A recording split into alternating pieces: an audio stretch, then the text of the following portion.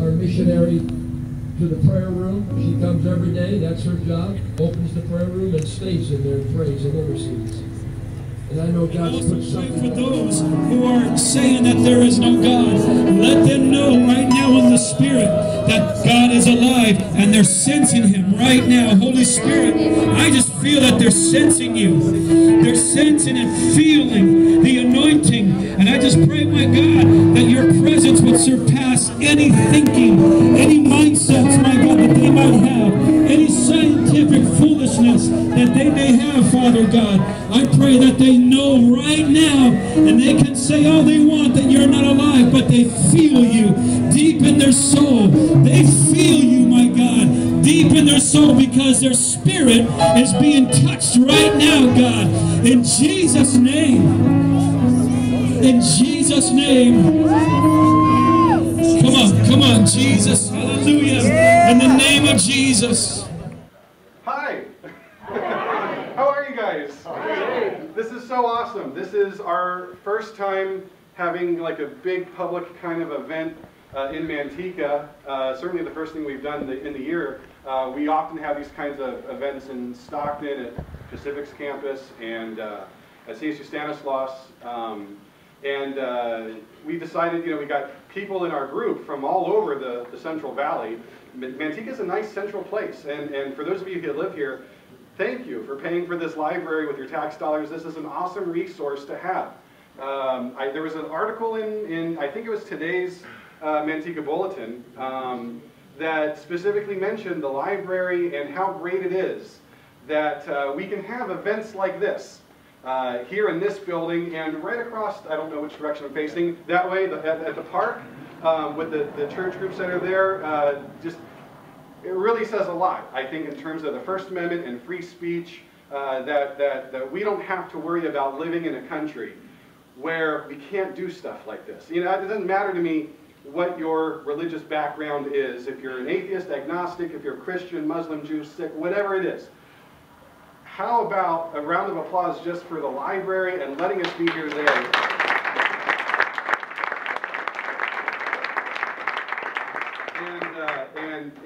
And of course to our Constitution and our country that made all this happen. I want to thank you guys so much for coming out here today. How many people are already a member, whatever that means, of one of our local atheist humanist groups? Anybody? Cool. And so I want to re-welcome you then to our community. And for everybody else who you are new to this, you're checking it out, you're just a little curious about what we have to say today, thank you so much for coming and taking some time out of your evening. I know it's a little late, but how awesome is it for you guys to want to learn more about what atheists do and believe, and a little bit about their culture and their worldview, some of the stuff that, for example, Professor McCormick is here to talk about as well.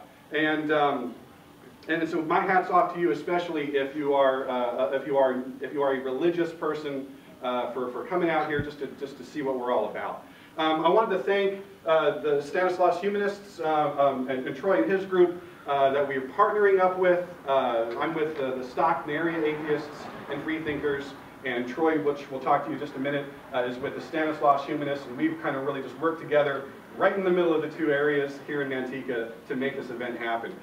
We already thanked Manteca Library, and Matt, thank you so much. Matt has come down here. And for those of you who are here with the Place of Refuge and Christian Worship Center, thank you. I didn't get a chance to go over there. I know Matt did and a couple others did. Thank you for the coffee and the hot chocolate, and they seem to have some entertainment going out there, which we couldn't catch. But if you are from any of those groups, or you know from folks who are from those groups, please express our thanks for making this an even bigger, better community event. Our groups, both the Stanislaus Humanists and the Stockton area atheists and freethinkers, we're non-believers, but that doesn't mean that we don't like hanging out with other people. But we're not going to go to church to do it, and we have to find some way to be social with other people. And that's at least from my perspective the core of our group. We need an excuse sometimes just to get together and have fun, to learn, to enrich our lives, maybe to look for volunteer opportunities or to find other people within a network that shares the same worldviews that we do, that we can maybe lean our shoulders on every now and then and help each other out. And that's really what our groups are about. And those of you who come here from religious backgrounds, I think you know exactly what I'm talking about. Some of us may go to church for the religious part of it, but I think a lot of us also maybe go to church for the social part of it and all the other good things that are tied into that. And I think it's something that's really important, and that's something that our group really has built itself upon and around. We have a bunch of upcoming events, and I'm not going to bore everybody here with every single date and time. I'm just going to say that we do some really cool, fun stuff. We have brunches, we have book clubs, and Charlie, thank you for hosting those, and game nights. Vincent and Brett, I don't think I see you here today. We have family events where we go hang out with the kids to all kinds of different stuff. We have educational, discussional things like we're doing tonight. We're even starting a wine and art hop event up in Lodi with the first Fridays that they have there. I'm excited about that one. Volunteer things, you know, we clean up parks every now and then. We're trying to do something on 99 with the highway cleanup. So we got a lot of stuff going on. And I want to mention real quick, there's a giant, huge event. For anybody that is in some way a part of this free thought movement, there's something called Free Thought Day up in Sacramento. This will be our 13th or 12th or something. Anyway, it's October 12th. And last year we had about 300 people, awesome speakers, full day events, stuff for kids to do, live music, entertainment, all that kind of stuff. So again, there's a lot going on if you want to be a part of our community or check us out. Events like the one we're having tonight with Matt, we're going to keep doing right here in the library, unless we outgrow it. I'm surprised to see so many people here. And we have some really cool upcoming speakers. Simply enough, on the calendar, it's just the third Wednesday of every other month. Simply enough. They're all going to be free. We've got Richard Carrier coming in, who's written a number of books about the religiosity of the Bible, and especially the New Testament. David Fitzgerald, Greta Christina, Peter Bakhassian, who just came out with a really provocative book about converting people to atheists. That'll be an interesting one. And then from UC Merced, Professor David Noel is going to come back and talk to us again. So it's always in the library, the third Wednesday of every other month, all the odd-numbered months. And so for when you get back at home, or if you just want to get onto your phone real quick, Stockton AAF, Area Atheists and Freethinkers.org. That's one of our websites. We're also on Facebook if you just search for Stockton Atheists. All of our events, you can RSVP there, you can chat there, all kinds of stuff.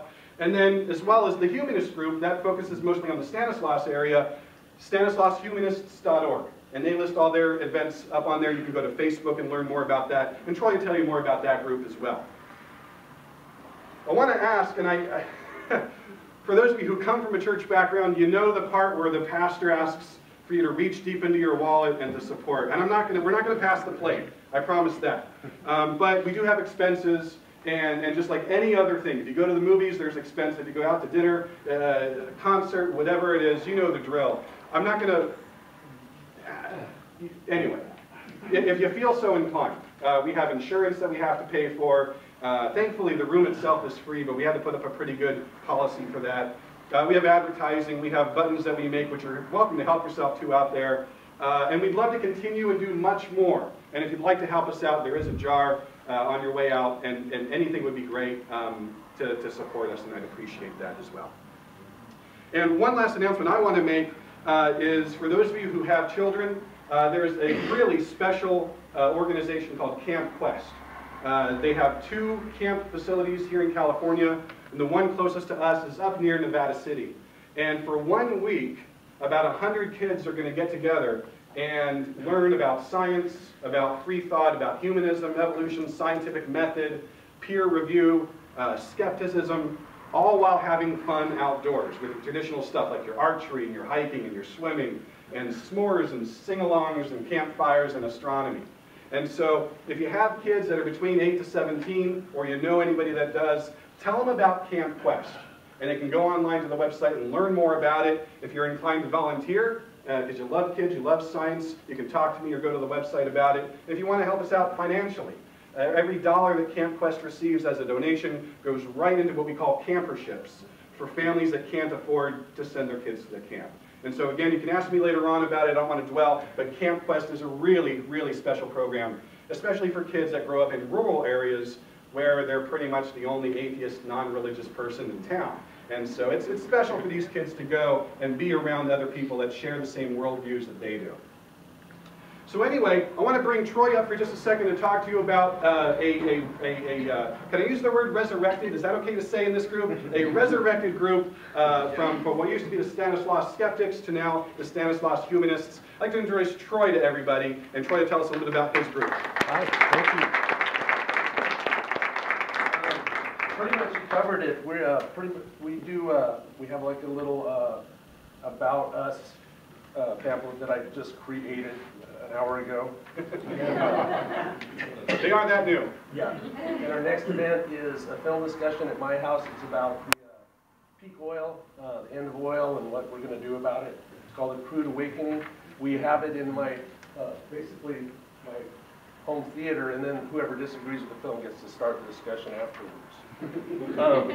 Yeah, because, I mean, you've got an hour and a half of brainwashing. Let the other side speak. And actually, one of the things that I'm really impressed with is I think that it's great that the people turned out at the park. We know that according to recent Pew surveys, that nuns, people that don't have any religious affiliation, are the fastest growing religious minority or metaphysical minority. And it would be nice, both of the groups are trying to basically let people know we're here so that people can show up, and maybe when there's an issue that affects us, we can turn out in numbers and have singing and cocoa. So anyway, I would urge you to pick up one of these. We're just starting out. We just got a board of directors. We're a nonprofit organization, and You got your 501c3? we got, well, we're using You're in the process of? Or you're using the we're using the AHA, the American Humanist Association. So anyway, I'd just like to say thank you, thank you, thank you, thank you. That's it. And so we're at the key point where I get to introduce our speaker, and thank you again for driving all the way down here. Matthew, didn't mean to cover that up. Matt is a professor up at Sac State and has been teaching courses on all kinds of stuff related to this topic. I think, well, you just said since 1995. So he's got a lot of years as a professor on me than I do. So, but yeah, he's a professor of philosophy of religion and a professor of atheism, which I'm pretty jealous of. I think that's pretty awesome to have that. He's got all kinds of videos up on YouTube. He's got a blog called Proving the Negative. He just came out with a book. There it is, or not just, but about a year ago or so. Atheism, the Case Against Christ. And I asked him to bring some so we could sell some and make some money, but he was too modest to do it. But it is available on Amazon.com for Kindle or for regular paper, whatever that is. And he's also the advisor of the Secular Student Alliance chapter affiliate up in Sacramento. And I know back there there's Dan, who's also a member of that group, and I saw some other members as well. And thank you guys for making the trip all the way down as well. So I'm done rambling. Let's switch the computers over and give the floor to Matthew. Thank you guys again for coming, and over to you. Thank you. Before I talk, there's lots of people who do lots of work down here, but one person I do know about, get emails from him midnight and the like, and he's incredibly active, is I want to give David a hand for the massive amount of work he does down here.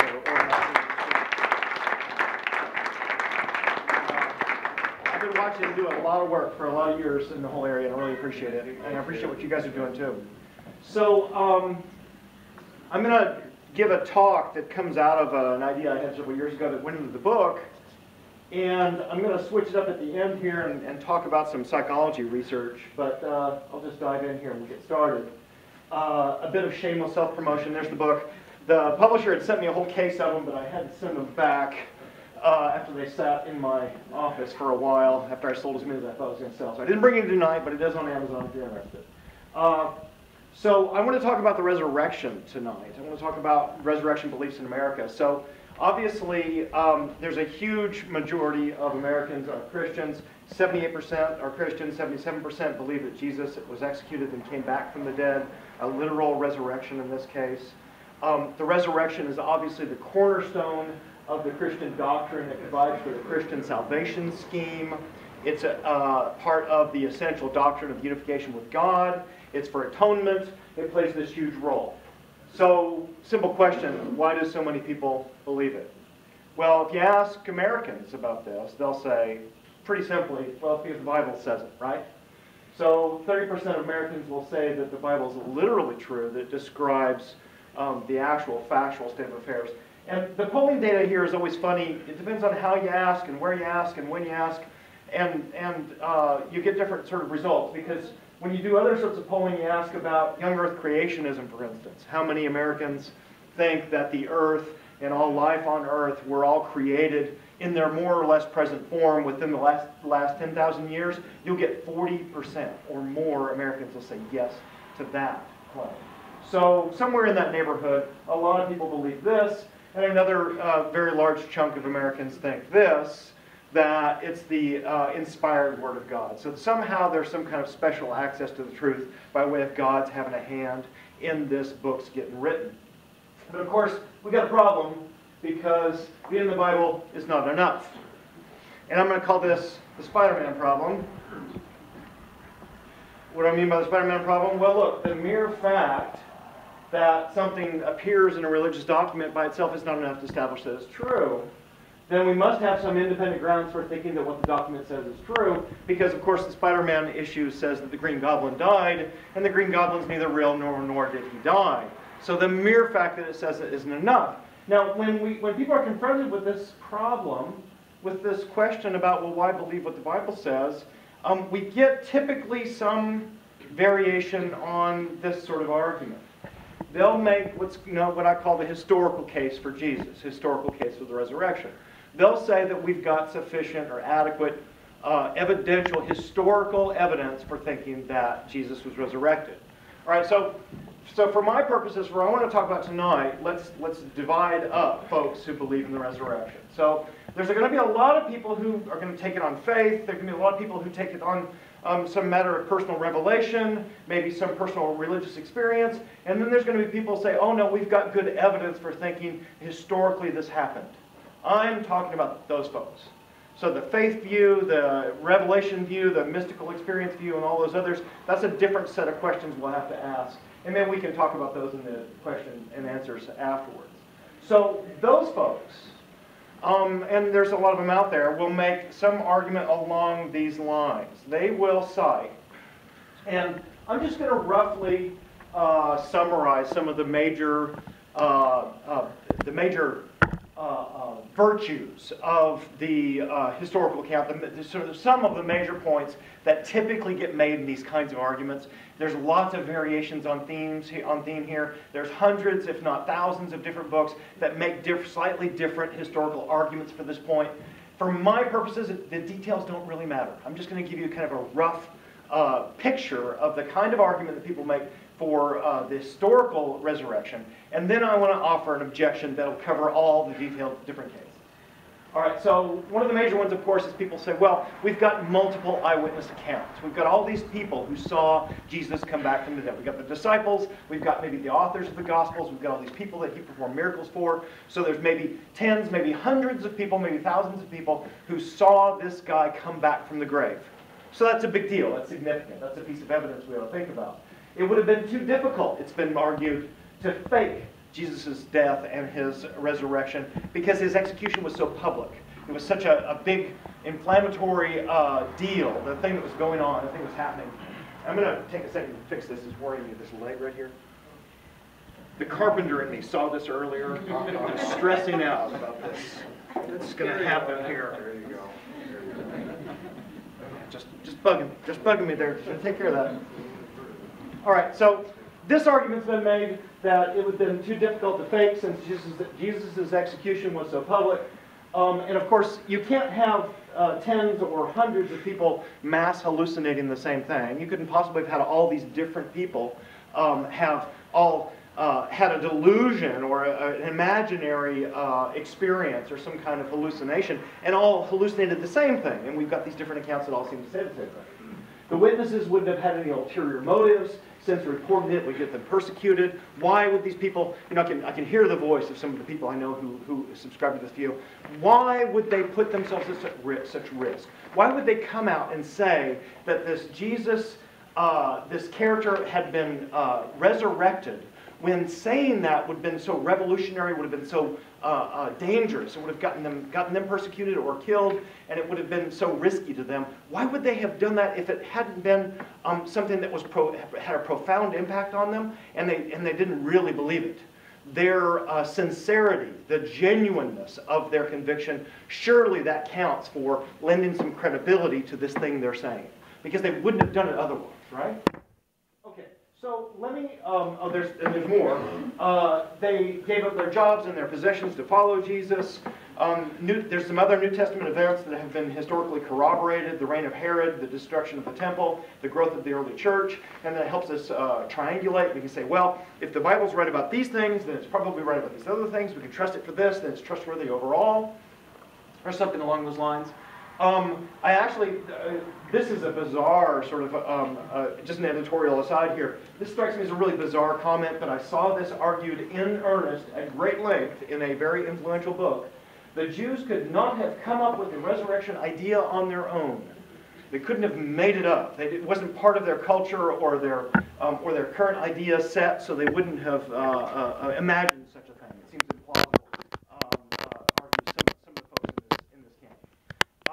Jewish oral history can be trusted. There's a tradition of rabbis passing on important information to the next generation that we know has been corroborated through other historical methods, and we can trust that method of oral transmission. So that gives us some reason for believing it. So overall, when you take all of these 10 or so reasons, plus the stacks and stacks of books arguing for a number of other detailed reasons, the argument goes, well, overall the best explanation here is that Jesus was resurrected from the dead. Roughly speaking, you get people making that kind of historical argument to say this is a historical fact. We know this the same way that we know that Abe Lincoln was shot by, I almost said Lee Harvey Oswald. I shouldn't have made this up off the top of my head. Booth, John Wilkes Booth, thank you. We know that Jesus was resurrected from the dead the same way we know historical facts about Lincoln's death, right? So if we can trust a historical method in those cases, then we can trust them in this case, and therefore we ought to believe it. That's the way the historical argument goes. You get the point. All right, so let me give you some, what I take to be largely uncontested facts about the book itself. Now, some folks get quite bent out of shape when they hear these claims, but trust me, I've gone and asked every responsible, careful, thoughtful, middle-of-the-road historian and religious studies scholar I can find, and this is the ordinary, mundane sort of stuff that you learn when you take an Introduction to the New Testament course in college or divinity school or whatever. These are just sort of widely accepted claims across the board amongst historians who study this work. Things like this. We figure that Jesus, if there was such a character, and there is a live debate about whether or not there actually was a guy Jesus. I'm not going to take that one on. But we figured that if there was this guy, he was executed around 35. Mark was written about 30 to 35 years later. Matthew, Luke, and John, the Gospels, were written another 5 to 35 years after that. So we're actually looking at, for John especially, and some people put John as late as 125, we're actually looking at 90 to 100 years past between when the event happens and when it actually gets written down. Like I say, now this is not controversial in the history department, but when you tell some folks this, they get quite bent out of shape. Matthew and Luke, it's widely thought, primarily copied their material from Mark. So they, well, you get in trouble in college for cheating doing this. This is called plagiarism. But they lifted the story from Mark into Matthew and Luke. And people know this because you can line them up and you can look sort of line by line and see how they went in. And we know that Matthew and Luke are later than Mark. So they used Mark, and it's been argued that they also used another source that we don't have anymore. Sometimes they call that the Q source. There might be multiple sources, but there's been an argument made that there's just one other source. So that the authors of Matthew and Luke sat down and took Mark and maybe some other sources and copied those down, and that ends up being the gospel according to Matthew and Luke. And John is yet another independent line here. The authors, we don't think, were eyewitnesses. For one thing, there's too many years pass. We've got decades passing, in some cases 70 years pass between the events and when they got written down. And of course, average lifespan in the first century was maybe 29 years. Nobody lives to ripe old age of 70, 80. It's exceedingly unlikely that people lived to those ripe old ages in the first century. So we don't think that the authors were the eyewitnesses. What happened was, in later years, these Gospels get attributed to Matthew, Mark, Luke, and John, the disciples. So we say, oh, this is the Gospel according to Matthew. And later, this gets sort of deemed as the story as Matthew saw it, but we don't have any real reason, we don't have real evidence for thinking that Matthew, the disciple, wrote the thing.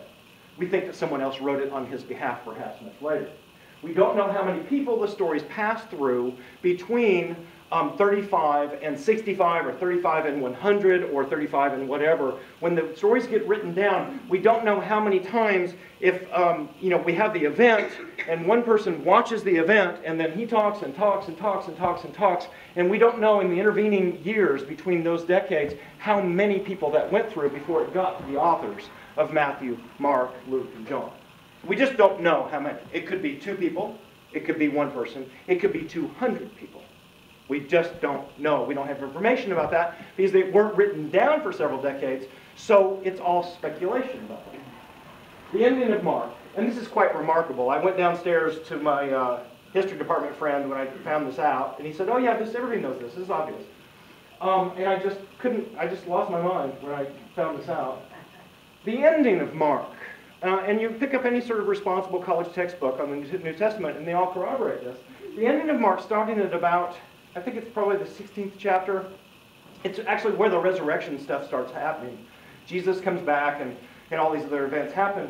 That ending was added to the original manuscript, and that was added about 125 to 150 years later.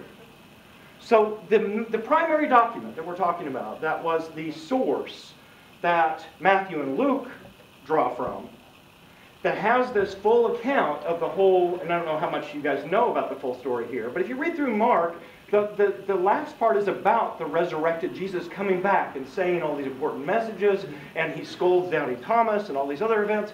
All of that's added 125 years later.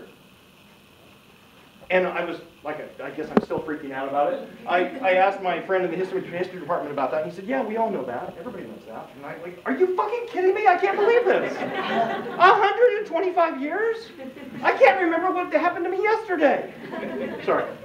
Okay, so we don't have any of the original Gospels. And this is also really quite remarkable, because I got to wondering, okay, well, could I actually lay my hands on something? Well, I didn't, no pun intended, but is there something that I could have direct contact with? Because, I just sketched out this picture, so something happens, and then somebody sees it and talks and talks and talks and talks and talks and talks and talks and talks, and then that dude, 40 years later, writes something down. And now here's me in 2012, when I was thinking about this first, trying to get over the centuries. Trying to close the gap between me and Jesus. I want to get as close to Jesus as I can. So I thought, well, what's the closest piece of things, something you could actually lay my hands on, I could look at, that would get me as close as possible to Jesus? It turns out that the Gospels, even though they were written in 65 and thereafter, we don't actually have the original Gospels. And this came as a shock to me too. I was just sort of a novice learning all of this stuff. We don't have the actual first document. We've got copies of copies of copies of copies of that first document because the materials that they used in the first century didn't survive very long. And it wasn't until the 2nd and 3rd century that they started using writing materials that would last. So actually some of the oldest stuff we have is from 250, 275. There's a Vatican vault that's got a shoebox full, well, probably not a shoebox, but there's a Vatican vault that's got a box that's full of some fragments, little ashy, torn up, fragmented pieces of something that's a copy of a copy of a copy of whatever it was that got written in 70. So that, I realized, was as close as I could get to Jesus, assuming the Vatican would let me come in to look at it. As close as I could get to Jesus would be 250, 275, thereabouts. So that gets me within, what is that, 230 years of this guy. And even that thing is fragmentary, so it's actually pieces. There's not really any, there's lots of pieces that are missing, there's gaps and chunks that are gone, and it's not until later we get some that are much older that we get the full document that looks like the mark that you pick up when you go to the Bible store. Okay, so that's just scratching the surface on some of the really interesting facts about how the document came to us. Now what can we say about that? Well, okay, so I've been describing what we're calling the historical argument of the resurrection. Well, what if we apply that to some other cases? What if we apply the same standard that's been applied to the Jesus case to some other historical case, like, for instance, the Salem Witch Trials? And actually I like this because it's even better. Between 1692, sorry for the small print, I'll read it here someday. In the 1690s, there's dozens of people who are arrested, accused, stood trial, and were tortured for sundry acts of witchcraft, possession by devils and other supernatural ill deeds. It started with some strange behavior from some little girls. Ultimately, over 150 people were accused. William Phipps, the governor of Massachusetts, got involved. A court was established. Thorough investigations were conducted. Witnesses were carefully cross-examined. Evidence was gathered. Many people confessed. The entire proceedings were carefully documented with thousands of sworn affidavits, court documents, interviews, and related papers. This is 1692, so now we're talking just a few hundred years ago versus 2,000 years ago. So now, at the end of the day, 19 people, including Sarah Good and Rebecca Nurse, get sentenced and executed for magic. So, my question is, was there really magic at Salem? I don't mean, were there people who thought that they were witches, or were there people who were accused of being witches? That happened. But was there actually black magic going on?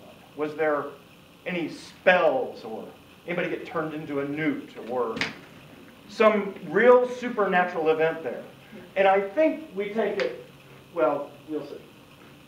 Suppose we approach the Salem Witch Trials the way the resurrection has been treated. I think what happens is that if we take this tack, suppose the accused at Salem were really witches. Now, what happens when you do this comparison? And I think what happens is this.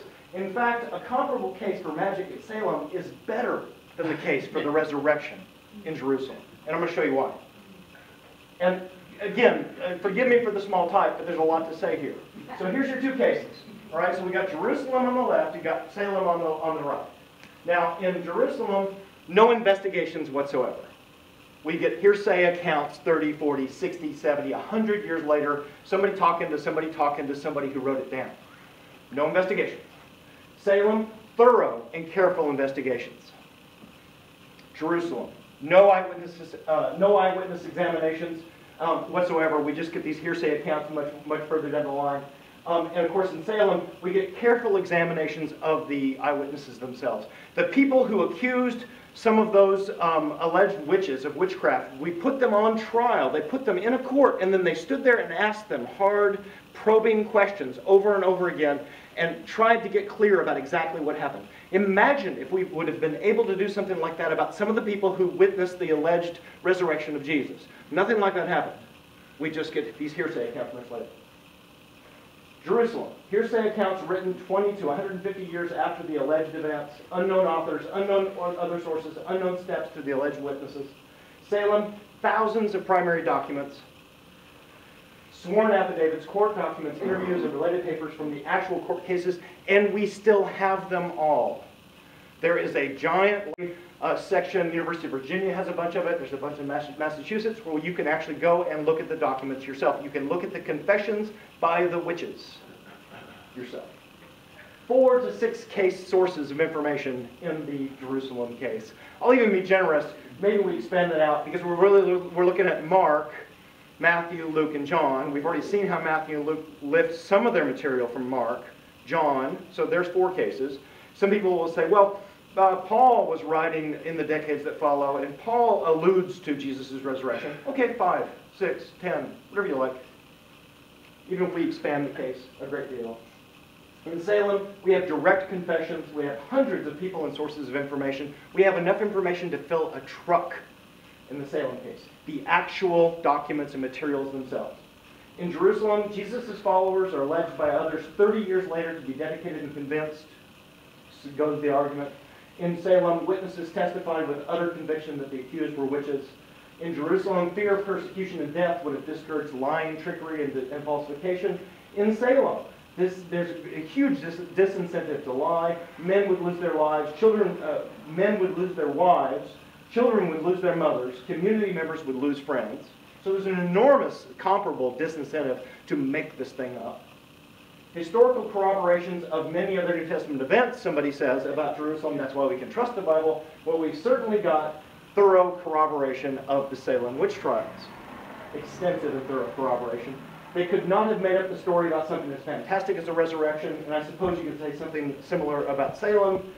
So many people could not have made up or hallucinated a story as fantastic as this one about the witches. Resurrections are very difficult to fake. Okay, we'll grant the point. Witchcraft would have been very difficult to mistake or fake.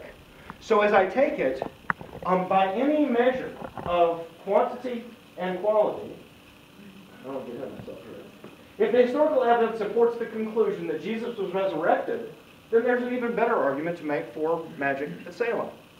The problem, of course, is that there was no magic at Salem. So what do?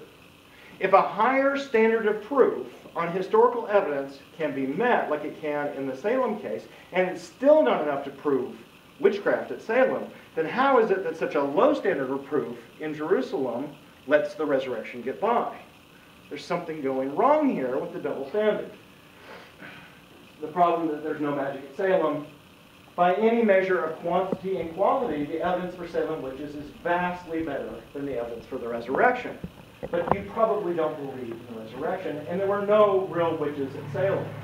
Salem shows that an even heavier burden of proof can be met, and it remains unreasonable to believe that anything magical happened. So the result is that no clear-headed, consistent, and reasonable person should accept the resurrection on the historical evidence. Now, I haven't said anything to the folks who are going to maintain that they know it on faith, or they know it on the basis of revelation, or they know it on the basis of religious experience. But if somebody wants to say that there's historical evidence for it, they've got the Salem problem to face. And Salem's not the only place. History is full of examples like this, where people in an older time and an older place, where belief in magic and witchcraft and spells and a variety of supernatural or superstitious events were rampant, where their history is full of examples of other cases where we've got lots and lots of information, lots and lots of historical evidence for thinking that the people then thought that this magical event happened. But we don't think that that magical event happened just because of that. Take the Spanish Inquisition, for instance. Or take lots of Joan of Arc, take lots of these other examples. There's all these stories in history. Salem's the one you know about, where you figure there probably weren't any real witches there, but you figure something else went on there. There's all these other cases in history where we have more information than the information we have about Jesus, yet we don't accept the magic claim there. So why would we accept it in the Jesus case? All right, so normally what I do at this point is I consider some responses, some reactions that I typically get to this argument. I'm not going to do that tonight. I think we can save that for the question and answer period. I want to do something else now, because I want to talk about why nobody will accept this argument. I want to talk about why this is completely futile, and this doesn't make any difference. Well, that's stated it too strongly, but here's what I want to talk about. I take this argument, and I'm flattering myself here, but I think this is completely devastating to the historical argument for the resurrection. I've given this discussion to thousands of people. It's in my book. It's out there, and I just have never seen anything that even seems remotely plausible as a plausible objection to the Salem problem. It just seems to me to knock the ball out of the park. No false modesty. So we can talk about those responses in a second if you want, but I want to do something else.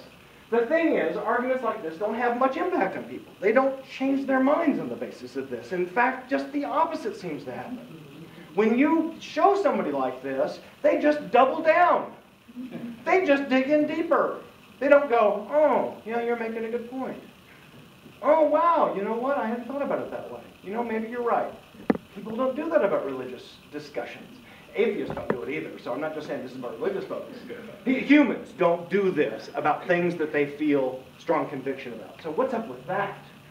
So I want to talk about why reasoning carefully like this doesn't change anybody's mind, and that means I want to talk about some of the psych research. And I want to talk about something called motivated reasoning. And here's what I think is largely going on when people dig in and resist something like this. And the way to sum it up is just to say, if you don't like it, you figure it's probably false. If it doesn't feel good, if it doesn't feel right, it's got to be wrong.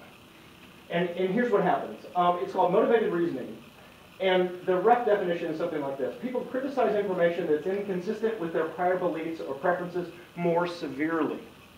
That is, if you've got a belief, you've got something that you already hold dear, you already have some conviction about, and you hear some, what they call preference inconsistent information. If you hear some new information that's contrary to the thing you already believe, you go after that with more skepticism and more severe criticism than other things. And you know you do this. Not just people in the park, everybody in this room does this too. When you're watching the news and some politician from the other party says something, you get out the knives and you tear into that guy. But when your politician says something, you're like, yeah, that's right. That's absolutely right. He's awesome. Right? Okay, so you've got a double standard. It's not just a double standard for Jesus. This is a human phenomena. You lower the bar when it's something you like to hear, and you raise the bar, the burden of proof, when it's something you don't like to hear. Okay, that's motivated reasoning. And get my water out here. I'm getting excited. And I'm going to prove it. We could call this the sliding scale fallacy if you like. Or the good one is the umpire effect. And you know about this one. This is actually about capital punishment. I'll tell you the first one, the easy one, and then we'll do the capital punishment one. If you take Stanford fans, like people from Stanford and people from UC Berkeley, and they've got this long-standing rivalry, right, where they'll have a football game or a basketball game, and you have the fans watch the same game. All the Berkeley fans all say that the refs favored Stanford, and all the Stanford fans say that the refs favored Berkeley, right? So it's the same phenomena. It's the same way when you ask people, well, which way does the news tilt? Well, if you're conservative, you figure the news tilts liberal. And if you're liberal, you think the news tilts conservative, right? So that's the umpire effect. That's where, when you're on this side, it feels like it skews your view, your picture of what's going on. And some of the research here is just fascinating, the way they demonstrate how this works in people. You take a group of test subjects who have opinions about capital punishment. So there'll be a group of people who are, suppose it's this room, pro and con capital punishment. And then you show them a bunch of evidence that's mixed both ways. You show them a bunch of studies. You make up some studies that seem to support capital punishment or seem to argue against it. And here's what those people will do. The people who were in favor of it before conclude that the evidence for it is better as a result of the information you gave them. They say, oh, those studies that conclude against capital punishment, those are flawed. So here's what I mean. You take a bunch of folks who have opinions about capital punishment and you give them a mixed body of evidence. Suppose you give them 10 studies and 5 of them are pro and 5 of them are con about capital punishment, and they will criticize the ones that are contrary to their own views, and then they'll get fortified by the stuff that seems to support their view, and they'll select that and go, oh yeah, exactly. And they'll read it all, interpret it as if this mixed body of evidence actually supports their view better. And then the other folks go the other direction. The people who are against it before conclude that the evidence against it is better. Did I get that backwards? Yeah, I got that backwards. They say the study's in favor of the flaw. There you go. So they argue. Did I say this last one backwards? Right. Okay, I'll trust you. So it's the same as the Stanford-Berkeley phenomena, right? Where the referees must be biased against our side. So they will criticize the other side and go the other route. Now, what I'm getting at here is I think that there's a very deep-seated resistance to this suggestion that Jesus didn't come back from the dead. And when you really look at the information about Jesus is coming back from the dead, candidly and openly and with a kind of detachment, honestly, it's just ridiculous that someone would suggest that this magical event, that we're certain that this magical event happened on the basis of that information. If nothing else, folks, maybe he was resurrected, but our evidence for it is really shitty. Maybe this would be the ultimate irony, right, is that Jesus really was resurrected, but we've got that crappy body of evidence in order to prove it. because the evidence by any reasonable historical standard is really, really poor. But, and that's obvious to somebody who comes out, and there are not many of these people, but it's obvious to somebody who comes at this thing from a detached, sort of without prior commitments view. But when folks who are brought up in believing, having religious views come at it, of course the thing feels much more compelling and much more plausible to them. Or if you're of a fierce skeptical bent, you might go after it more severely on the other side. Now I'm going to call this upside down thinking, because here's what I'm getting at. And actually there's a phrase for it. They think this is a good thing. They call it faith seeking understanding. And this is what somebody, for instance, a first-year divinity school student, or somebody who's gone to seminary might feel like, well, what I'm engaged in here is faith-seeking understanding. I have faith, and I'm trying to understand. So I'm trying to question and sustain my faith. So it's believing first, and having understanding second is really the important part I'm going to get at here. Now, the less charitable way to put this is to call it defense lawyers for Jesus. And what I mean is, and you may have met some of these folks, it's somebody who says, well, and nobody's going to say this outright. They're not going to say this probably, well, some of them do. William Lane Craig will say this. But if somebody says, given that I'm not going to relinquish my faith, what I need to do is devise criticisms of all contrary evidence, find rationalization that alleviates the cognitive dissonance. And here's what I mean. I'm going to close this, actually. Hi. Do you guys want to come in and listen? We're listening. Please do. You want to come in and sit down? I just want to close it because of the noise. No, that's fine. We're fine. Thank you. Okay, and stay there if you want. That's awesome. Just don't yell or talk and distract me. Is that cool? Okay, I'm not yelling. Thanks.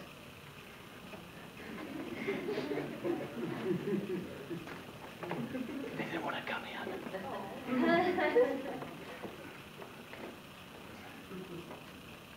So if John Gotti, notorious gangster, gets busted and gets taken to court, he's going to throw a whole bunch of money at his lawyers. And what's he want them to do? What's their job? If you're a defense lawyer for John Gotti, what's your job? Is your job to make sure that justice is served? Is your job to get to the truth? Is your job to figure out what the evidence supports? No, no, no. Your job is to get John Gotti off by any legal means, or perhaps illegal means, necessary. You get him off. And in that context, it sounds, we have kind of a negative attitude about lawyers who might do something like that. But this has been given a kind of gloss of legitimacy by Christian apologetics, where they're very upfront and very open about that this is what they're doing. So if you go to the Talbot School of Theology, where William Lane Craig used to teach, or someplace, they'll say it in their mission statement that what we are doing is we take this to be the primary. We take the Bible, we take these claims to be the foundation, and everything else we do revolves or rotates or orbits around these. And I take it what that means is that we are going to find a way, and William Lane Craig will say this, he will find a way to make anything that comes up fit into this picture. He's not going to, so there's a kind of backwardness to the procedure, and I'll show you what it is. You believe first, and then you reason secondarily. So the belief comes first, and then you reason in order to make the belief fortified or to resolve cognitive dissonance. And in this case, belief is dogmatic, and I don't think that's controversial either when you hear somebody say something like, well, there are no circumstances under which I would change my mind for anything. And that's always a really good question. As I got some modest little level of infamy for my book, I got more and more emails or more people wanting to talk, and there's only so many hours in the day, so at some point I just started asking this question. Well, I want you to just see if you can satisfy a sort of defeasibility test first before we talk. And here's my question. Are there any reasons or evidence or arguments or anything, even hypothetically, that might lead you to revise your beliefs? Would you be prepared to change your mind under any circumstances? Somebody asked, not just to talk about Craig, I think he gets too much attention, but somebody asked him, well, what if we found Jesus' bones in a tomb? And we could prove historically that those are really Jesus's bones. And he said, well, I just have to be sure that that was a mistake. I just know that that was a mistake. And he knows that through some other source. At which point I take it he was leaving the historical argument behind, no longer saying that historical evidence proves it. He was saying, no, I'm not going to change my mind under any circumstances. Okay, so that's an important distinction because I want to draw a contrast to this other kind of thinking. Jonathan Barron and some other psychologists call this actively open-minded thinking. And I'm going to draw a contrast between these two approaches. And for the record, this one is not atheistic, folks. I'm not making an argument for atheism. In fact, I would urge you to apply this to your atheism with as much rigor and aggression and zeal as you've applied it to the resurrection case or anything else. But here's how you do it. Instead of believing first and then reasoning second, first you conduct a broad open search for relevant evidence that is equally receptive to any outcome. You don't just go looking for the calls that went against your football team. You don't just go looking for the reasons that seem to support the Jesus case. You gather up all the relevant evidence, and you don't have any prior ideas about what that evidence means. So imagine a detective investigating a crime scene. I don't know who did it. I'm going to gather up all the information I possibly can, and then I'm going to see what the evidence compels me to conclude. So that's a case where it's evidence first, belief second. Analyze that evidence as impartially as possible. Draw the conclusion that is best indicated by the evidence, whatever that might be. Whether that's against your football team or for your football team. Whether that's against Jesus or for Jesus. You go where the evidence directs you instead of the other way around. Because when you do it the other way, the belief is directing the investigation. You believe something and you go looking for stuff to support it, right? And that's just completely ass backwards. All these conclusions need to be feasible. The goal is believing only that which is supported by the evidence. Now this is neutral with regard to God. This is neutral with regard to atheism. There's nothing atheistic about that. Now maybe atheism is the right conclusion that comes out of that process. Maybe it's not. Maybe, and in fact, for the record, I'll say, I can imagine a lot of circumstances where somebody would go through this and the reasonable conclusion for them to draw would be to think that God is real. I can imagine a lot of circumstances like this. In fact, we were just talking about Dan Barker, who visited this group or visited the area last year.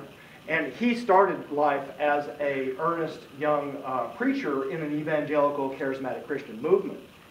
And I had a long talk with him about this. And knowing what he knew then and having the feelings he was having and having the sorts of convictions and experiences he was having, it seems to me that for the young Dan Barker, the guy who was 19 years old and raised in an evangelical church, and he was hearing these things and feeling the things he was feeling, it probably made sense. And it was probably quite reasonable for him to draw the conclusion he drew. But the mature Dan Barker looked back on that one and said, no, I think I was probably one of those people who was very suggestible, who was very easy to, prone to be persuaded by emotional arguments, and he makes a number of really interesting arguments about his deconversion. Okay, so this procedure is content neutral. It's neutral with regard to the outcome on the God question. Okay, so here's the two approaches then. Faith, seeking understanding. Well, what do you do first? You believe Jesus Christ is our Savior first, and then you go encounter evidence and find a way to make it fit. So, sorry, but all those folks saw a little bitty blurb in the newspaper this morning about me saying something about Salem, and they all rallied and went out there and went to town without reflecting on any of this. Right? Sorry. Evidentialist approach, the actively open-minded approach I'm describing, you conduct a broad, unbiased search for evidence first, and then you draw the conclusion that's supported by the evidence. And see how they're inverted? See how the different direction works? And the thing is, you can often encounter people, you can have these discussions with people where two people who are on these two sides will have this discussion, and they sound like they're having a genuine disagreement. They sound like they're arguing. They sound like they're debating. We were talking about debates and the virtues of debates earlier.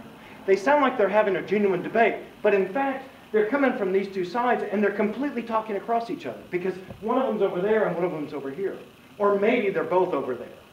Not just about Jesus, but because of this prior conviction business. In which case, they're just making noise at each other and they're not about to change their minds. Well, look, we all ought to be doing more of this about everything.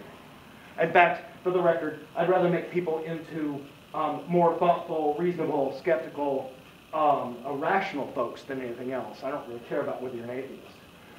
Okay, so now what's my strategy then for talking to believers? Well, I don't think that continuing with the details about the Salem witchcraft argument is that productive. I don't think it's that helpful. I mean, we can talk about it some more. I'd be glad to talk about it with people, but that doesn't strike me as being the really central issue here. I think that what we can do is we can use it to demonstrate that people are guilty of motivated reasoning about Jesus. I think because the difference is so stark, the evidence is so poor about Jesus and it's so good about Salem, you've got to just put that out there and say, look at that. Look at the ridiculous double standard you're invoking here. You can't really think that we're supposed to take you seriously when you say that historical evidence in favor of the resurrection. That suggests to me that you're guilty of motivated reasoning. That your religious conviction is guiding your argument rather than the other way around. The Salem case shows that motivated reasoning and the Jesus bias are too clear to be. It shows the problem too clearly to be ignored. Okay, so let me wrap it up, and we can have some discussion. So I think the right answer here is there's no resurrection and no witches. You already don't believe in Jesus. Probably true of many of you in the room. The principles in the good sense that lead us to conclude that there were no real witches at Salem and many other conclusions are sound. I think that your reasons for thinking that there weren't witches at Salem are good ones, and you ought to trust those, and that those standards would lead you to reject Jesus in the same case. We shouldn't believe that Jesus came back from the dead for the very same reasons. Defenses of the resurrection spring from motivated reasoning.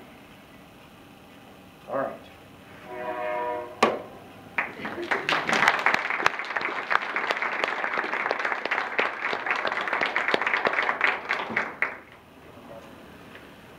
Questions? Ideas? Yeah. So, I appreciate your position, I'm sure, particularly the fact that you're coming from a prior Mormon background, as well as 18-year-old fellows who only used to the great people of England for 2 years. Yeah. But I think from our perspective, when I'm speaking to family members who are some part of that way, the evidence was right. They don't really care. Right. They have this sort of spiritual experience that trumps or supersedes anything we've talked about. So how do you reason about it? Well, maybe you can. I mean, how would you? It depends. Yeah. Well, you're right. That is a whole other big topic. Yeah. But I would resist your saying that they don't care about evidence, or that evidence doesn't matter in those cases. I think, at least judging from those folks who I've spoken to, that set of really profound, personally meaningful, intense emotional experiences, that's evidence. That's something, right? We can't just discount that. I think that really does mean something. But if we're going to talk about, you had this intense set of feelings while you were praying, or you had, there's some descriptions in psychology literature these days of elevation and sort of moral transcendence, and there's this set of sensations or feelings that goes along with it. Well, that counts for something. But notice, now that's a different, if somebody goes, okay, I've had these really powerful experiences, and that's why I believe this thing. It's very different than saying, okay, well, we've got these scraps of papyrus, and they indicate that Jesus was resurrected. Okay, so separate arguments. And then I think the question is if somebody's really serious about that, okay, I can wear two hats here. Philosopher or psychologist. I'm not a very good psychologist. The philosopher wants to engage with the argument and say, okay, if your evidence is a set of feelings, do you really think you're you're giving the best explanation of this religious experience you've had? Is the best explanation for the feelings you had that the Almighty Creator of the universe was communicating with you? Maybe there's some other better explanation, right? And so that would be an argument about what's the most reasonable inference to make from the evidence, or from the event, or from the evidence. But the other side of me says that, to toe the line about the motivated reasoning part, that look, perhaps there's motivated reasoning here that's driving the zeal that's disproportionate to the sort of experiences. And that one of the other issues here, that this comes up in some of the criticisms about the Salem argument, is that suppose we've got somebody who's fiercely committed about some part of the Mormon doctrine on the basis of those personal experiences. Well, give me 10 minutes and I can give you 100 other people who've had powerful, overwhelming, emotional, transcendent experiences that drew some other contrary conclusion that was incompatible with Mormonism on the very same sort of experience. So what are we supposed to make of all of that? Do they cancel each other out? Or where do we stand when all these different people are having these intense experiences and then they happen to say, oh, this corroborates the religion I grew up with? Well, there's probably a better natural explanation here. We know a lot about the psychology of it. But we're getting a bit far afield from my Salem point. There was another hand back here a minute ago. Yeah? Do you think this conversation is about Christ or just the fallacy of human age?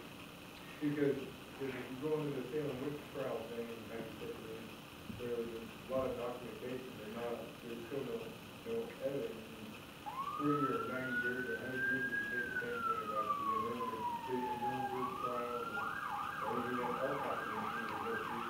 So at what point do you have faith in human age itself? I'm not sure if I follow. In general, about historical matters, I leave it to the historians to figure out what happened. But with this exception, that we know that there's a direct, let's see, how do I want to approach this? The exception I want to make about historical sources is about supernatural, magical, contra-natural events. So even though we get lots of, I'm not sure if I'm making the point the right way I need for what you're getting at. Here's one way to put it. Historians take it with a grain of salt when some Roman source says that Caesar had supernatural powers, or Caesar had magical powers. Kim Jong-il, before he died, was alleged to have magical powers. It was reported on the North Korean nightly news that the first time he went and played golf, he got 18 holes in one. And there was all these stories about his magical powers that circulated around. Now, the mere fact that something like that gets reported or widely believed is not enough, obviously, to establish it as a historical fact. So partly what I'm getting at here is that our standards, because of what we know about human psychology, because of what we know about people's disposition to believe in supernatural events and magical events, that those have to satisfy a different sort of standard. Because people, especially in the ancient times, people believed all kinds of stuff like that we don't take seriously. Historians don't take seriously. So Nuremberg doesn't disappear into history the way the resurrection does. So then how is it different from today? Nothing else is different. I mean, we still watch shows that talk about ghost stories and a lot on TV, and there's all kinds of stuff out there on TV. They got ghost hunters up in our home. There's a lot of bullshit out there.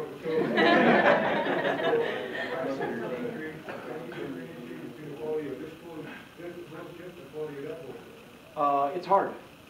There's a lot of work to be done here. Well, you're talking about cable TV. I mean, you're wanting me to. You're saying that Ghost Hunters is reliable historical information. Nobody thinks that's true. Yeah. I'm just saying that a 2,000-year-old Jesus from today and there, you know, right. We're making a judgment that 100 years is a big significant difference. When, you know, well, here we can go home and pack something on the computer and we can mass produce it. Back in, you know, 35 BC, how many people can read, had access to paper, had access to writing, right, and all that kind of stuff. What's so, you know, what's really, you know, to say that something wasn't documented there, in comparison to how it's documented now, how is that? How do you weight that? Well, that's not all there is to it, obviously. I think the short answer is that as the Salem case makes clear, I think, as I've made clear, that merely having a bunch of sworn affidavits or confessions is not enough to establish that somebody's a witch. So absolutely, we're not disagreeing about anything here. You're absolutely right about that. I think the standard of believing in magic ought to be even higher than the quality and quantity of evidence we have in Salem. So don't get me wrong, I'm not arguing there really was magic in Salem. There was a better natural explanation. So we need even better evidence than that in order to establish that something supernatural happened. So the historical evidence is for the resurrection is doubly bad. It's really bad because we have so little of it, and it's making this magical claim about this miraculous event. Yeah? I'd like to ask, there's other documents from this time period, Pliny's letters and the Punic Wars, and we only have like 7 volumes of the Punic War document. We have bits of what Pliny wrote. But we have these documents, these 4 documents in Paul's letters and all. We have these solid documents from this period about Jesus and these things. How do you account for this difference? Which difference? The difference between the spotty fragments left of the Punic Wars, okay? Big book written by Caesar, I think, but we have these documents. Just 40 years after the writing, there's fragments showing up in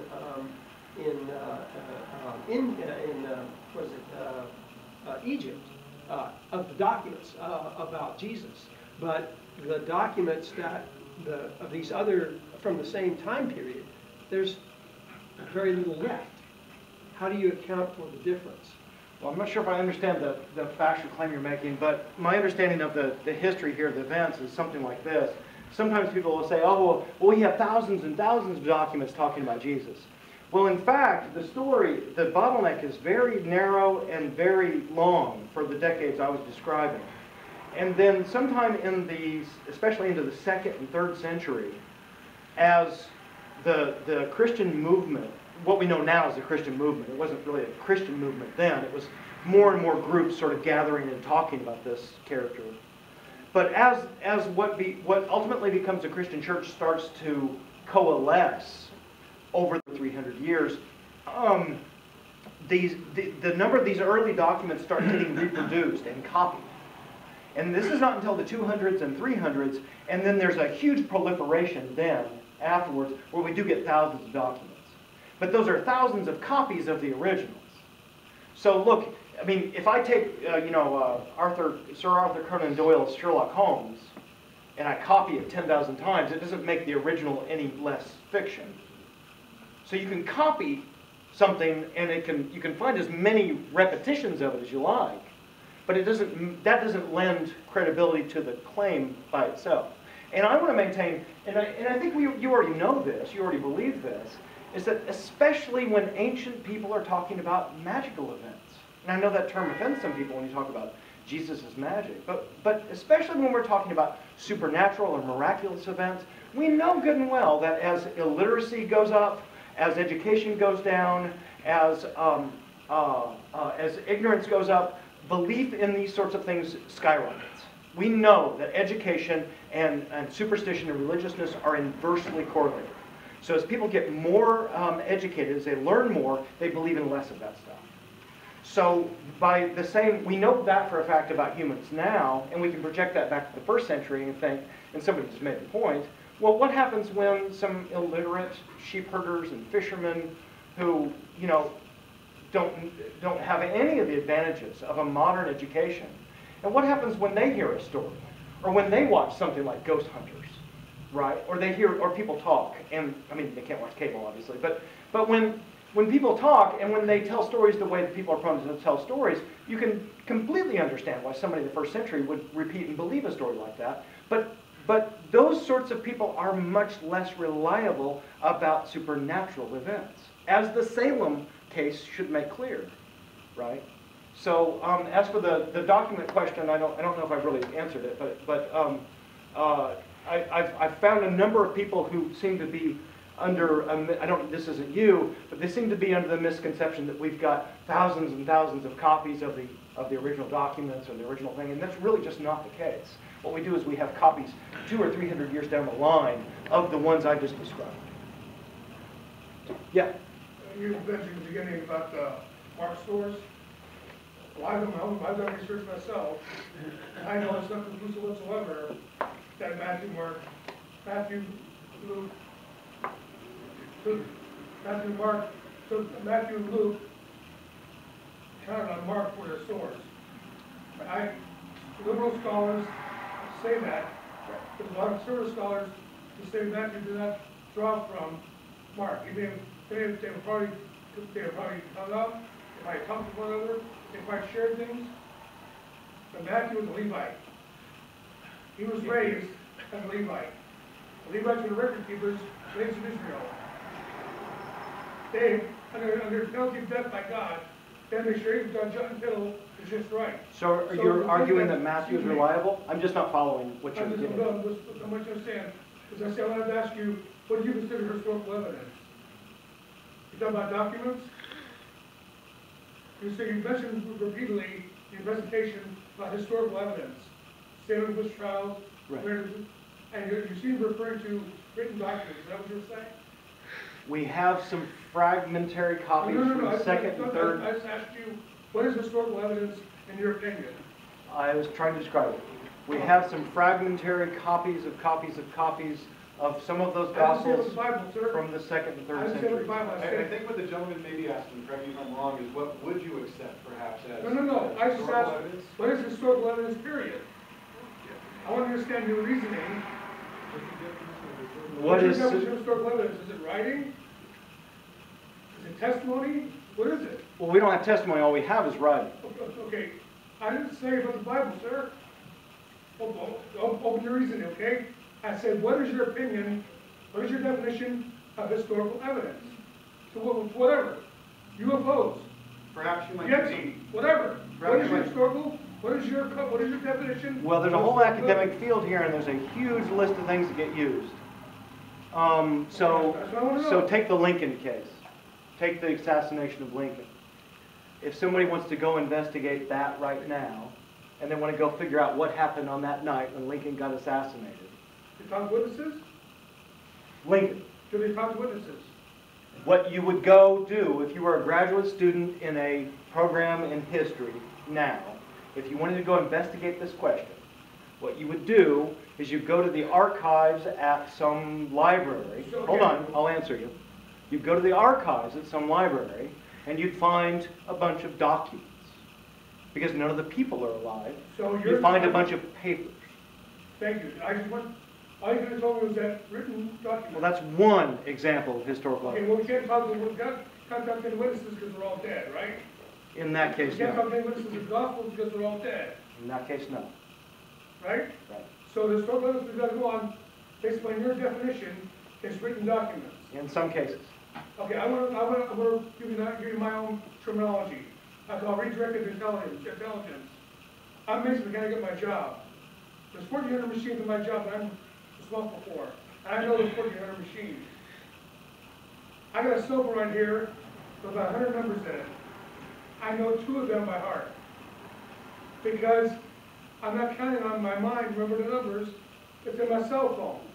Yeah. Oral tradition is just as reliable as written documents, but it's actually someone that's learned that way and it's taught that way. Yeah. Before there was documents, before we had a printing press, people valued oral tradition passed on to them. So to this day, there are tribes who count on, and as just as historical to them, as your evidence to you, that the oral history is perfect.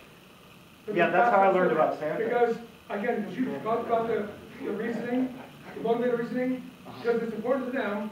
They remember every little bit and piece of that history. So do you think I should, do you think that there was magic at Salem? I didn't say anything about, I'm not talking about Salem. I'm I am. talking about the Bible. I'm talking about the 4 Gospels. I'm talking about 27 books of the Testament. What I'm saying is that you're using your presentation here based upon written documentation. You haven't talked about oral tradition. You haven't talked about, you actually put that down, because you mentioned before there was copies. There was like 30, 40 years when people were talking about this, talking about that. So in a sense, you put down the oral tradition. Well, I'll tell you what, this is the short version. In my book, I spend a couple chapters on this, and there's probably 5 or 10 pages on the oral tradition question you're raising. So that'd be the place for us to take the broader discussion. Okay, what I'm telling you is that I understand. Okay. Sir. Let me spread it out, and then we get some other folks to get some. maybe at the end of this we can continue the conversation. I know there's a lot of others. I know there isn't, but I know the others may have some questions. I want to make sure you spread Matt's time around. So maybe you can hang around a little bit after. We might be able to talk about this. Here's my question. All right, great. Yeah.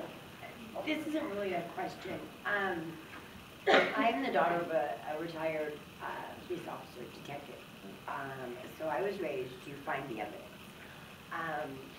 I am very open-minded, and that's why I'm here. This is my first atheist anything. A lot of them are nicer than me. Just so you know. I don't judge.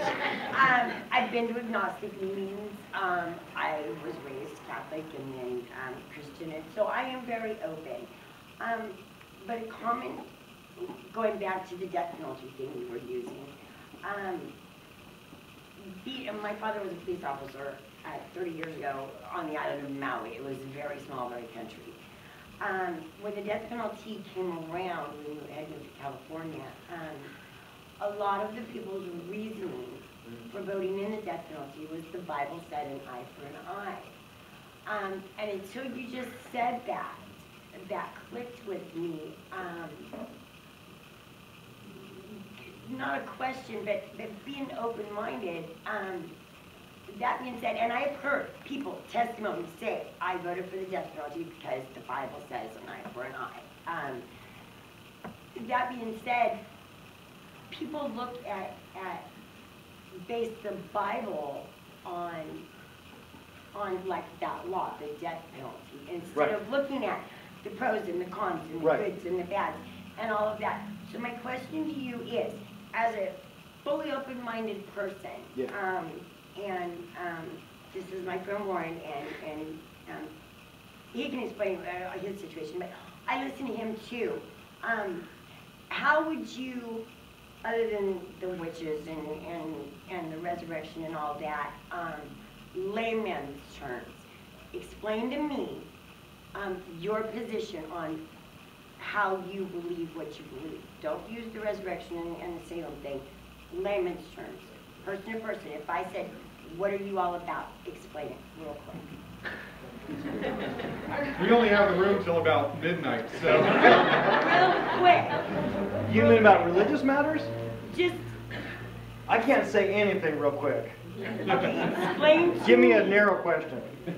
Explain to me why I should believe what you're saying. And don't give me anything you just said. Explain it to me as you're talking to a 13-year-old ninth grader.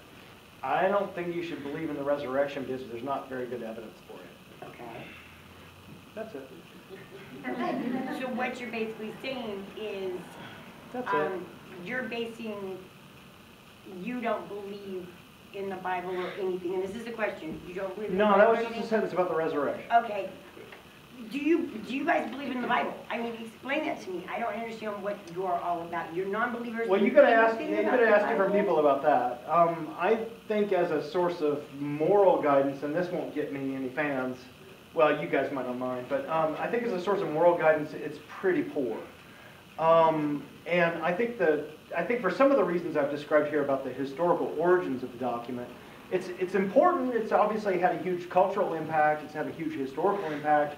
It's spawned a worldwide movement of billions of people, and it's changed billions of people's lives. So it's obviously huge. It's a big deal. It's really important. But I don't find it to be useful morally. It seems to me to be dodgy history at best, for some of the reasons I've described. So it's of historical interest and cultural impact importance at most for me. But I think it's overrated, honestly. Because I have found, and I am a member of another non-profit organization, I won't say the name, but I have found if you ask 10 people the same question, you're going to get 30 different answers. Yep. So, that's right. I'm asking you because you seem to be the one up there telling us, so you would know. You got to draw your own conclusions. Right here, I don't judge. Yeah, you got to draw your own conclusions. I'm just taking in everything you've said, and I think this is awesome. Thank you. Sure. Yeah. I'm wondering what your opinion of the phenomenon where information from theologians and Bible scholars don't really trickle down into congregations. For instance, most scholars, biblical scholars, don't believe in the literal resurrection. Right. And they would tell you. Yeah. But it doesn't get down into the congregation. I'm wondering why that happens. Yeah, we really got two worlds here, and it's really quite remarkable because, like I said before, were I to say lots of those things in a divinity school about the history of the New Testament, nobody in the room would have a problem with it. They'd all be, yeah, that's right, we know that, sure. What's your point, right? So amongst the people who do that hard history work, the ones who I think we should look to be the experts on it, they don't take it to be And that's where you're literal. getting your information Sure, about the history sure. and You know, one of the most gripping things that I've read in the last couple of years has been this work by Daniel Dennett and Linda Lascola. And she's a social psychologist. And they've actually found a bunch of pastors, preachers, and clergy who don't believe, who have lost their faith and they've become atheists, but they still continue to preach and still continue to hold their jobs. And they've gotten these people to talk candidly about what they're going through because they can't speak out. And it's just amazing. You've got to take a look at some of this new book of hers. It's just remarkable because they're really quite candid. Because they say, I got into divinity school and I learned all this stuff, and it just completely destroyed the worldview I had that I learned in church when I was a kid. And I couldn't believe that this wasn't true. And they more or less taught us how to navigate around these problems in the congregations and not talk about it. So these days I have to just preach in ways that I can feel like more conscientious about without sort of saying the things that I think are just outright falsehoods. Well, I think it would be impactful if you would add the sources of those dates in your talk. Just as Yeah. because it would have been Oh, well. interesting to say this is coming from Christian theologians. Well, I've got all of those, but I'm trying to sort of streamline to make it accessible.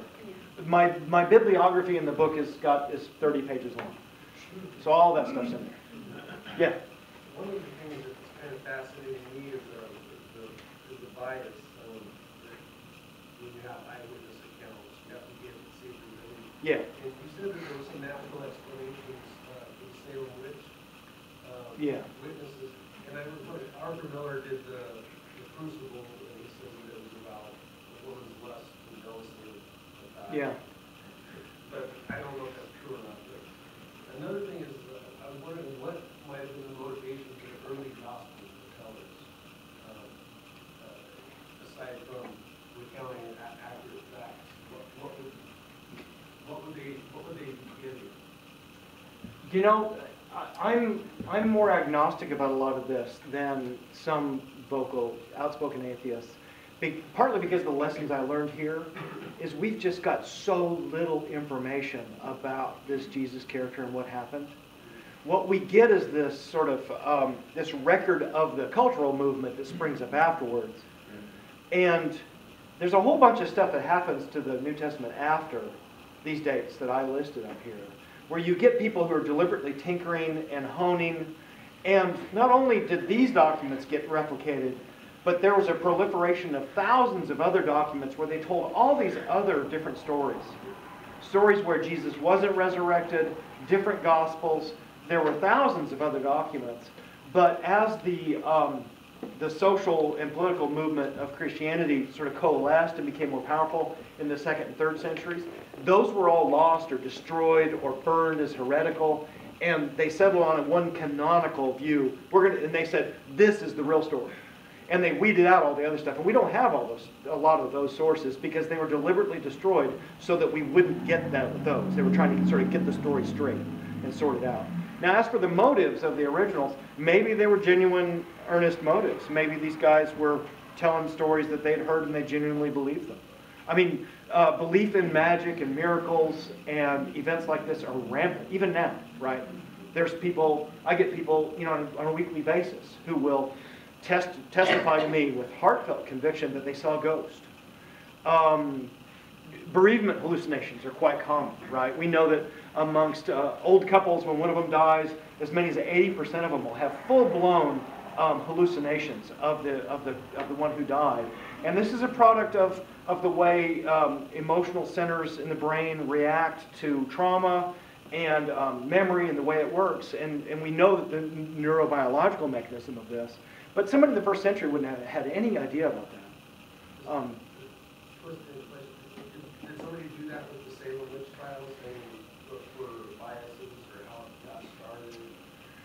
You know, as much mileage as I'm getting out of this, I should go dig around and figure out what the consensus view amongst historians is about what really happened there.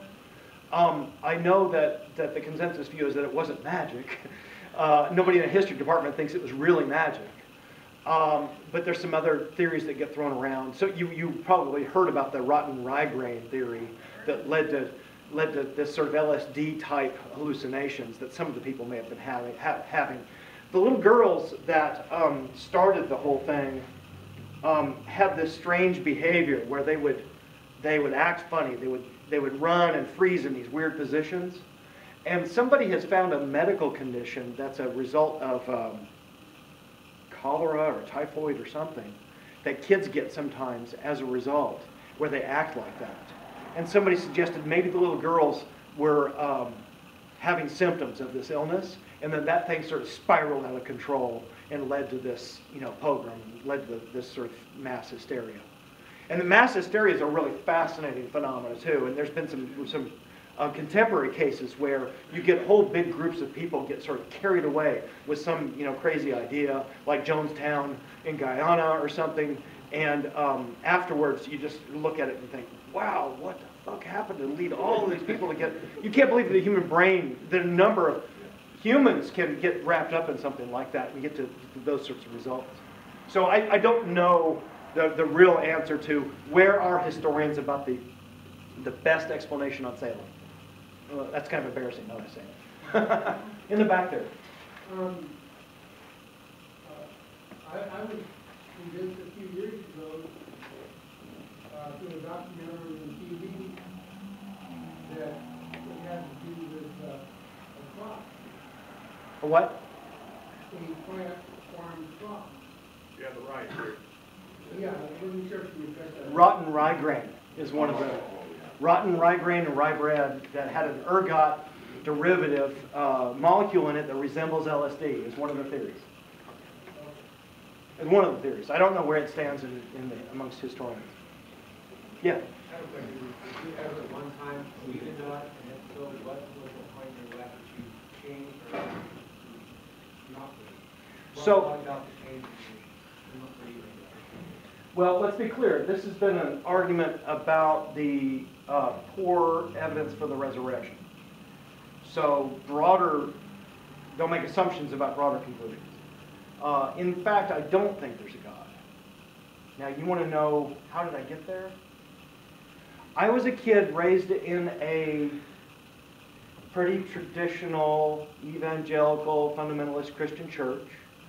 And I got to about my high school 10th grade biology class and started learning some science and started putting two and two together and thought, this doesn't work. This can't all fit together. And it kind of unraveled from there. And then I went to my preacher and said, what about evolution? And he gave me some answers, and I went back and read some more.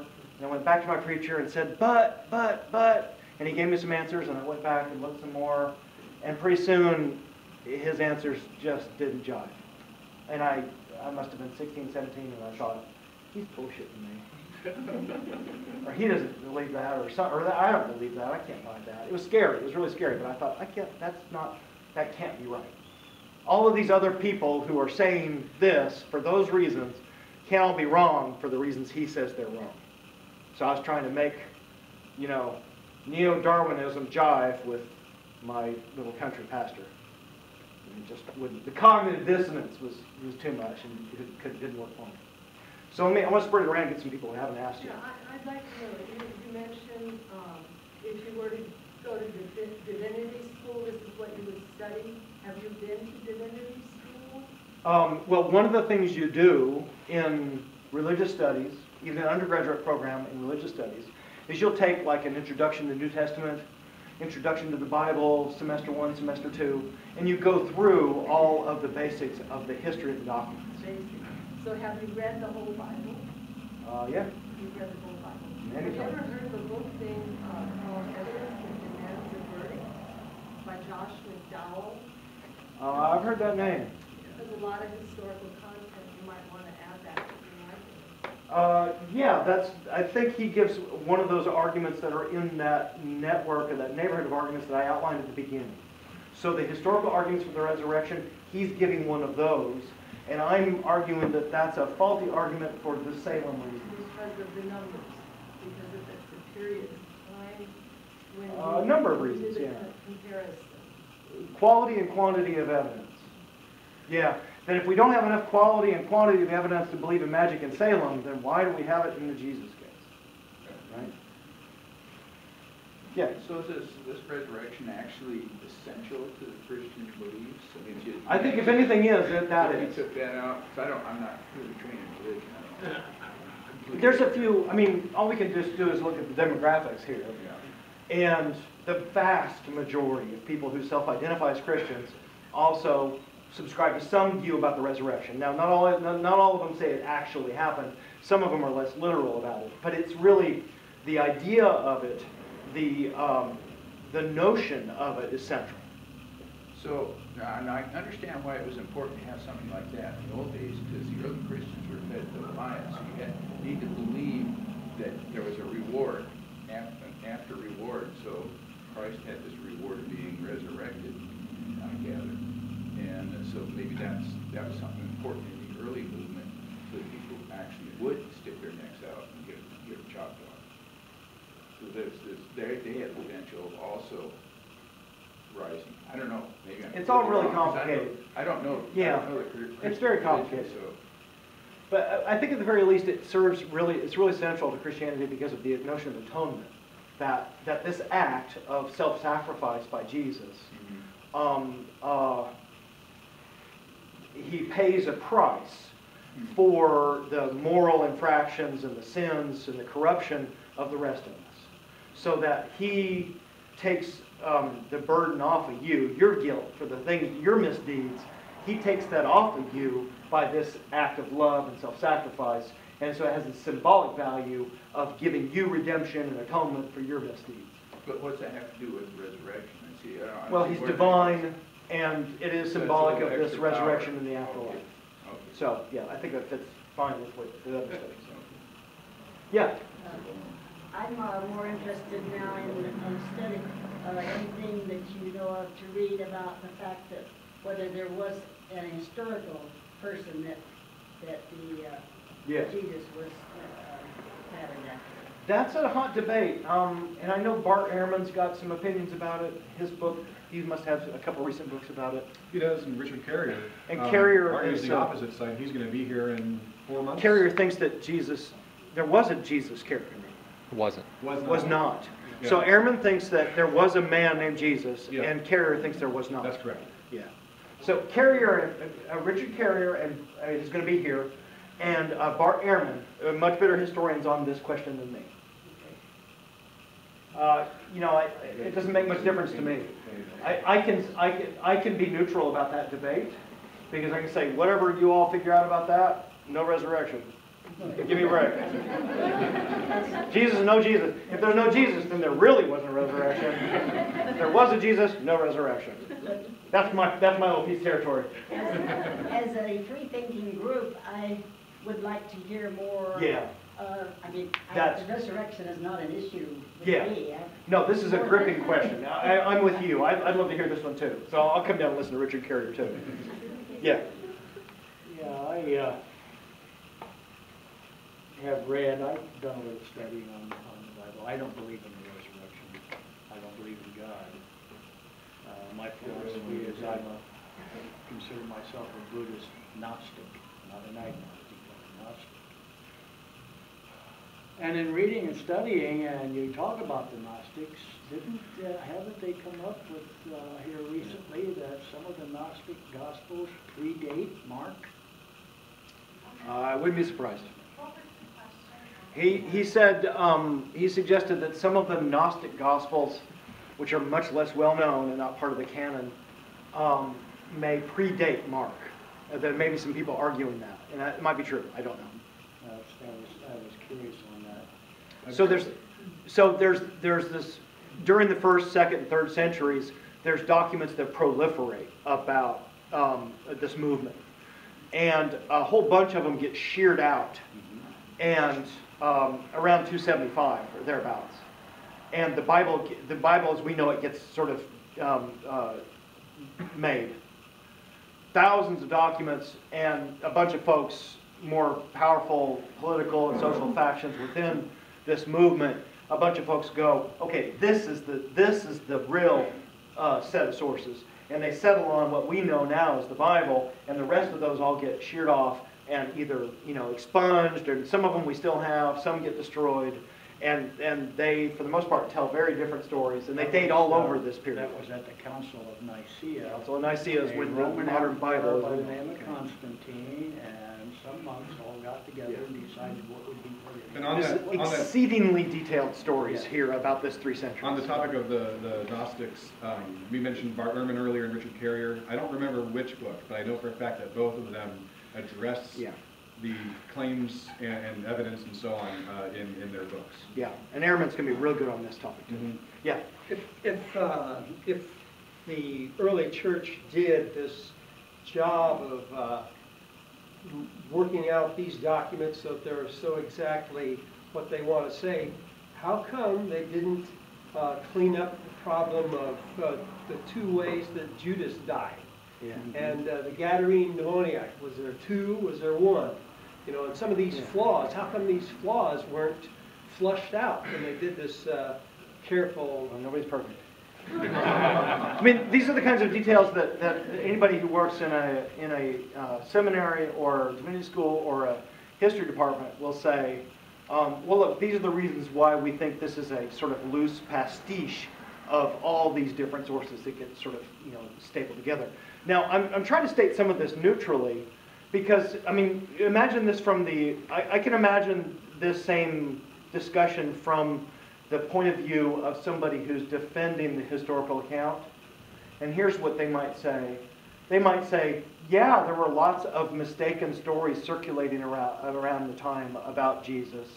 And the reason they codified and canonized this set of documents is because they had good reason to think that these were the correct account of what was going on with Jesus. And the others were mistaken, hearsay, gossipy accounts. And that's why they get sheared off. And that's a really interesting point. It's a good point to make about that there's another way to understand canonization. Now, the way I laid out in the book is that you can sort of think about it as, there's roughly 2,000 years and all this time and place and people between you and Jesus. And you're getting transmitted this information about this guy through all these layers of filters. And so the question is, from your perspective in 2014, what's the reasonable thing to think about what's on the other side of all that stuff between you and Jesus? And like I say, I'm surprisingly agnostic about this. Once I sort of understand what I think I understand about what stands between me and Jesus, I go, I'm not willing to throw down about much of anything here, given how much and how bad and how filtered and distorted and how much happened between me and that. Yeah. We'll just do one more question. Okay. Yeah, I had a question. Considering atheism versus Christianity, obviously you'd be considered an atheist speaker. I don't know what you guys call them, motivational speakers or informative speakers. Now, Christians are driven by passion to see people encounter what they encounter, whether it be experience or information, or what drives you as an atheist. You spend your life trying to disprove something you don't believe in. And also disproving it, trying to disprove something supernatural when you don't clearly believe in the supernatural. So, Christians believe there's an unseen world, angel beings, obviously. The Sadducees didn't believe that. The Pharisees did, which is why they're always arguing in the gospel. Sorry, dude, you're going fast. Okay. Give me a question. Well, you said last question for the time, so it's a lot of details here. So I'm asking for, as an atheist, just a question of what drives atheists to passion, because you spend your life disproving through intellectualism and through, we don't have documents, which, we're saying that we believe in something that happened 4.6 billion years ago, which is evolution, but we don't believe in something that happened 2,000. Dude. So I'm asking you, what drives you to atheism? You're trying to disprove something you don't believe in through natural means. You want to disprove a supernatural encounter or a supernatural experience. I'm not really hearing a question. I'm kind of hearing an argument or a criticism. No, I'm asking the difference between Christianity and atheism, and what drives the motivation. Why should we spread atheism and free thinking when is comparison, what's the passion? Does that make sense? Because I'm saying Okay. there's a reason why Christian is passionate, right? Hold on. Hold on. I got the question, I'll answer it. Can I ask? No. It's a very simple question. You talk about. Well, hold on, guys. Hold on. It's very simple. I think the professor understands your question. Let's give him a chance to answer. Okay. Do you understand the question? I want to make sure it's clear. Yeah. Okay. Yeah, good. I kind of have to translate because you've got a different perspective here. I don't mean to be patronizing, but imagine saying something like that to a doctor. Here you've devoted your whole life to fighting all this negativity and disease and harm and illness and pain and suffering. And your life is just, what motivates you to just be trying to get rid of all this stuff out there? And it seems strange to sort of question my motives. I don't know what, I don't really know what's going on there. An hour talking about, how wrong, the 2.2 billion. What motivates me is that that view is mistaken. Okay, that's what I'm asking. It's irrational. That's my question. What motivates you as a speaker? I'm just The asking. world's a better place the more people reason well. So the world.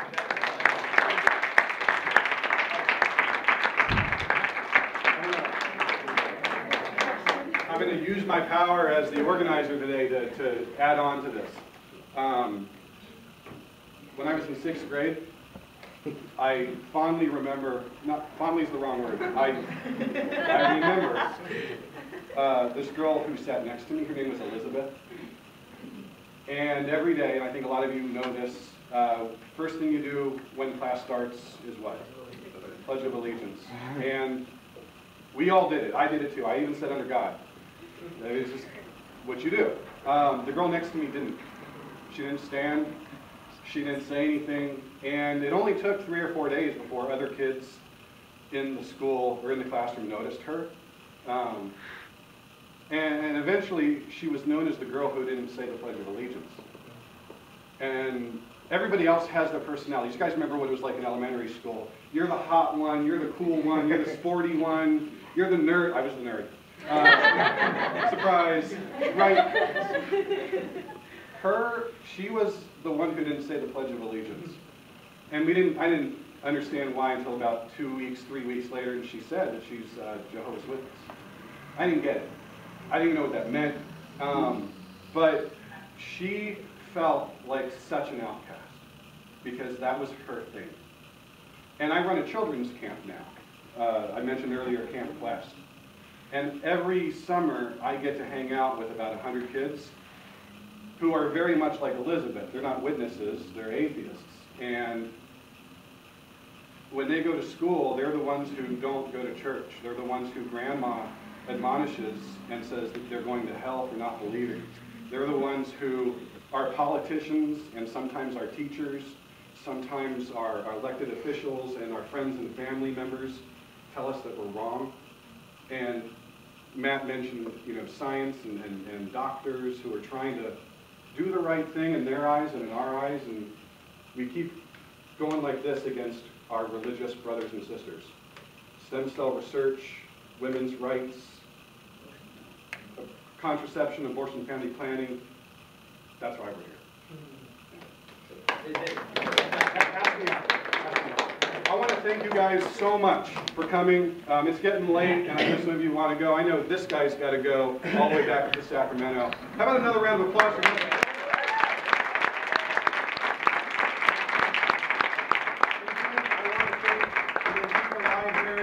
And all the folks who helped put this together, all our volunteers for setting things up. I want to thank the 2 churches across the park who came by while Matt was talking and prayed for us. That was great to have too. That's right, that's great. And again, I encourage you to go online, to don't take what Matt has told you for face value. Don't believe his dogma. I want you to go home. I want you to go on YouTube. I want you to read the Bible. I want you to read all the books. I want you to go to our page and the Stanislaus Humanist page. And I want you to join or find out more and like us on Facebook And on your way out, if you feel so inclined, grab some literature, drop a couple bucks into the jar. Stick around if you want. If you have more questions, I'm going to be here, but I know a lot of you have some driving to do. So thank you guys so much for coming out here. Have a great weekend.